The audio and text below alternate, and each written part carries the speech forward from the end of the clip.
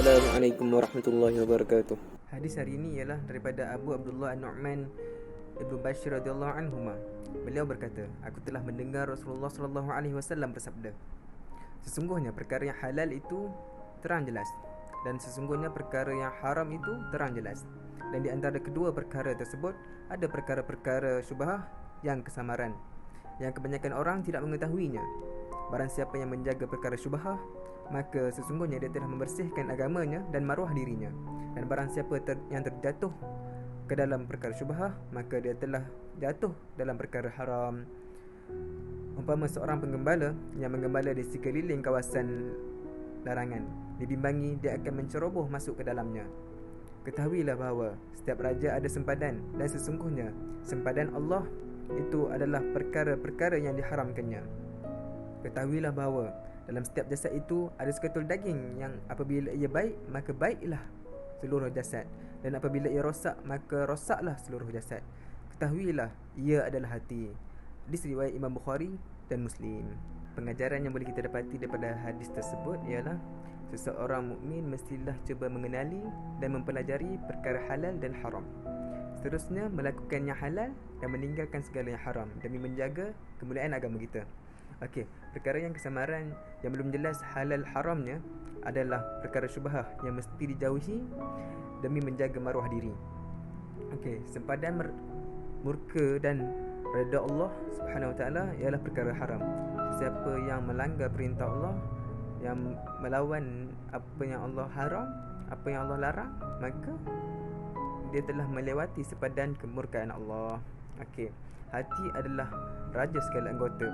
Makna kata kat sini, hati adalah yang mengawal gerak geri dan tindakan yang kita ambil. Hadis pada hari ini ialah daripada Abu Hurairah radhiyallahu anhu, bahawa seorang lelaki berkata kepada Nabi sallallahu alaihi wasallam, berikan daku wasiat. Baginda bersabda, janganlah engkau marah. Lelaki itu mengulangi soalan itu beberapa kali. Baginda tetap bersabda, janganlah engkau marah. Hadis riwayat Imam Al-Bukhari. Pengajaran yang boleh kita ambil daripada hadis tersebut, Nabi mengulang perkataan janganlah engkau marah.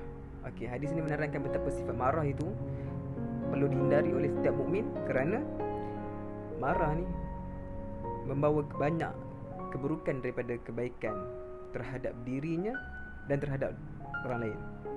Okey. Yang kedua, jangan marah artinya mengelakkan orang tu mengambil tindakan marah tersebut. Contohnya memaki hamun, memukul dan mengamuk. Okey. Yang ketiga, marah diizinkan hanya apabila ia didorong oleh perasaan mahu membela kebenaran kerana Allah, namun mestilah menurut cara hikmah dan batas yang dibenarkan. Hadis hari ini ialah daripada Abu Hamzah Anas bin Malik radhiyallahu anhu, khadam Rasulullah sallallahu alaihi wasallam. Daripada Nabi sallallahu alaihi wasallam, baginda bersabda, seseorang kamu tidak benar-benar beriman sehingga dia mengasihi saudaranya seperti mana dia mengasihi dirinya sendiri. Hadis riwayat Imam Al-Bukhari dan Muslim. Pengajaran yang boleh kita ambil daripada hadis tersebut ialah kasih sayang dan persaudaraan adalah antara tuntutan iman. Iman seseorang mukmin tidak akan sempurna sekiranya dia mempunyai perasaan benci terhadap saudaranya yang seagama. Kedudukan kasih sayang dan persaudaraan dalam Islam adalah amat tinggi dan penting.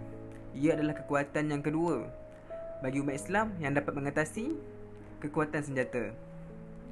Yang ketiga, semua orang Islam adalah bersaudara tanpa mengira rupa paras, warna kulit, bangsa dan perbezaan darjat.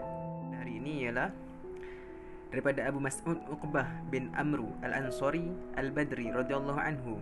Beliau berkata, Rasulullah sallallahu alaihi wasallam telah bersabda, sesungguhnya antara kata-kata ungkapan kenabian terdahulu yang dapat diketahui dan dipetik oleh manusia ialah, jika engkau tidak malu, maka lakukanlah apa saja yang engkau mahu.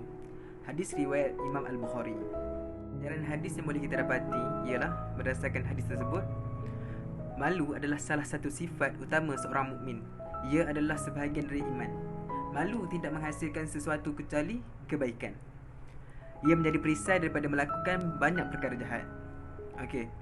Yang seterusnya, sejarah membuktikan bahawa nafsu manusia tidak pernah puas. Hanya sifat malu. Mereka mampu membendung dan menjurusnya ke arah kemuliaan. Okey.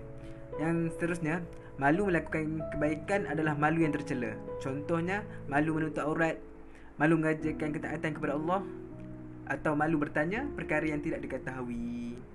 Cerita ini ialah daripada Abu Malik Al-Haris bin Asim Al-Ash'ari radhiyallahu anhu. Beliau berkata, Rasulullah sallallahu alaihi wasallam telah bersabda, kebersihan itu sebahagian daripada iman. Ucapan zikir alhamdulillah memenuhi neraca timbangan. Ucapan zikir subhanallah dan alhamdulillah, kedua-duanya memenuhi ruangan antara langit dan bumi. Sembahyang itu adalah cahaya, sedekah itu adalah saksi, sabar itu adalah sinaran, Al-Quran itu adalah hujah bagimu atau hujah ke atasmu. Setiap manusia keluar waktu pagi. Ada yang menjual dirinya, ada yang memerdekakan dirinya, dan ada pula yang mencelakakan dirinya. Hadis riwayat Al-Imam Muslim.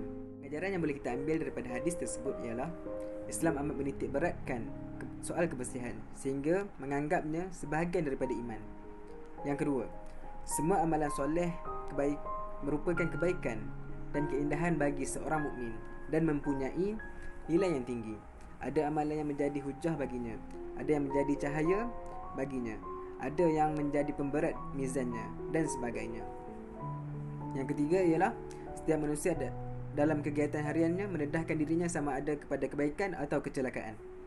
Ada yang menjual dirinya kepada Allah lalu beroleh kebaikan dan kejayaan, dan pula ada yang menjual dirinya kepada syaitan lalu beroleh kecelakaan. Hari ini ialah daripada Abu Sa'id Al-Khudri radhiyallahu anhu berkata, aku mendengar Rasulullah sallallahu alaihi wasallam bersabda, barang siapa di kalangan kamu melihat suatu kemungkaran, maka hendaklah dia mengubahnya dengan tangannya. Sekiranya dia tidak mampu, maka hendaklah dia mengubahnya dengan lisannya. Sekiranya dia tidak mampu, maka hendaklah dia mengubahnya dengan hatinya. Yang sedemikian itu adalah selemah-lemah iman. Hadis riwayat Imam Al-Muslim. Pengajaran hadis yang boleh kita dapati adalah, yang pertama, menunaikan tanggungjawab dakwah, iaitu menyeru kepada perkara makruf dan mencegah kepada kemungkaran, adalah suatu kewajipan ke atas seorang mukmin yang tidak harus dipandang enteng, kerana kecelakaan akan menimpa seluruh umat manusia, seluruh umat Islam sekiranya kemungkaran dibiarkan terus merebak. Yang kedua, barang siapa yang melihat suatu kemungkaran berlaku di depan matanya dan dia berkuasa untuk mencegahnya, sama ada dengan tangan ataupun lidahnya, maka dia berkewajipan mencegah kemungkaran tersebut. Dia berdosa membiarkan kemungkaran tersebut berlalu tanpa sebarang tindakan atau percubaan mahu mencegahnya, kecuali kalau dia tidak mampu atau kerana dibimbangi akan membawa kemudaratan kepada dirinya apabila dia mencegah kemungkaran itu. Yang ketiga, mencegah dengan hati. Mencegah dengan hati ni iaitu dengan membencinya dan berazam mahu mencegahnya pada suatu hari kalau dia mampu, adalah tahap iman yang paling lemah. Hadis hari ini ialah daripada Abu Hurairah radhiyallahu anhu. Beliau berkata, Rasulullah sallallahu alaihi wasallam telah bersabda, setiap anggota badan manusia adalah sedekah baginya pada setiap hari apabila terbit matahari. Engkau berlaku adil, iaitu mendamaikan antara dua orang, iaitu orang yang berbalah, adalah sedekah. Engkau membantu seseorang naik kenderaannya atau mengangkat barang-barangnya ke atas kenderaannya adalah sedekah. Perkataan yang baik adalah sedekah. Setiap langkah yang engkau hayunkan kaki pergi sembahyang adalah sedekah. Dan menghilangkan sesuatu bahaya di jalan raya adalah sedekah. Hadis riwayat Imam Al-Bukhari dan Muslim. Pada hadis tersebut adalah seorang mukmin boleh mendapat pahala sedekah hasil pergerakan anggota tubuh badannya. Tangannya, kakinya, mulutnya, akalnya berhak mendapat pahala sedekah apabila melakukan amal kebajikan. Seterusnya, ruang untuk mendapat pahala dalam Islam amatlah luas. Tidak hanya terbatas kepada amal ibadat khusus semata-mata, sehingga kadang-kadang tidak disangka bahawa sesuatu perbuatan yang dianggap biasa menjadi ibadat dan diberikan pahala. Hadis pada hari ini ialah daripada Ummu Al-Mu'minin Ummu Abdullah Aisyah radhiyallahu anha. Beliau berkata, Rasulullah SAW telah bersabda, barang siapa yang mengada-adakan sesuatu perkara dalam urusan kita ini yang bukan daripadanya, maka ia tertolak. Hadis riwayat Muslim. Boleh kita ambil daripada hadis tersebut adalah, yang pertama, Islam adalah agama yang telah sempurna dasarnya dan prinsipnya. Ia tidak perlu ditokok tambah lagi. Sebarang tokok tambah, ubah suai atau pengurangan yang bertentangan dengan usul agama adalah bid'ah yang diharamkan. Ia ditolak dan sesat. Yang dimaksudkan dengan bid'ah ialah segala perkara yang tidak berdasarkan usul agama. Seumpama mereka cipta cara ibadat tertentu, seperti sembahyang cara baru, upacara keagamaan baru dan sebagainya. Setiap Muslim mestilah menjauhkan diri daripada terjebak dalam perbuatan bid'ah sesat, kerana ia boleh membawa kepada kehancuran diri, agama dan setengahnya pula membawa kepada kufur. Cukuplah baginya berpegang teguh dengan apa yang telah dibawa oleh Rasulullah SAW.